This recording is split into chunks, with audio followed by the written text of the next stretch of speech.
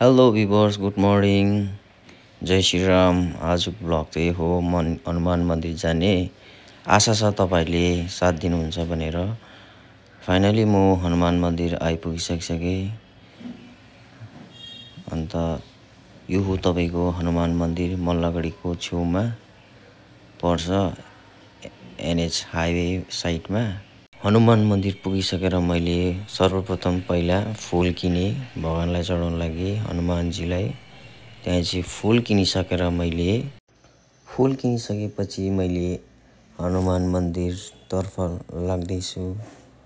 जाँदै गर्दा आज पनि मङ्गलबार हुनको कारणले गर्दाखेरि आज भक्तजनहरूको भिड थियो।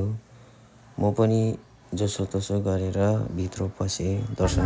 जय श्रीराम, जय श्रीराम। नासे रोग हरे सब पीरा, जपतन हनुमते वीरा। नासे रोग हरे पीरा, जपतन हनुमते वीरा। यहाँ मन्दिरमा त भिड भएको कारणले त्यो प्रसादहरू त यसरी दिनुपर्छ, फुलहरू। त्यही भनेर छिटो मेरो पनि छिटो टर्न आएको थियो, मैले पनि छिटो।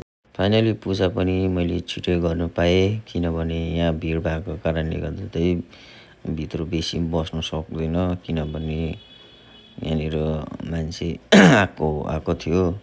त्यसले गर्दाखेरि चाहिँ मैले छिटो दर्शन गरेर चाहिँ बाहिर निक्लेँ। अब चाहिँ म घरतर्फ लाग्दैछु। मैले गाडी पार्किङ गरेको जग्गामा जाँदैछु। हजुरहरू पनि इच्छुक महानुभावहरू जो पूजा गर्न चाहनुहुन्छ भने त्यही आउनु सक्नुहुन्छ।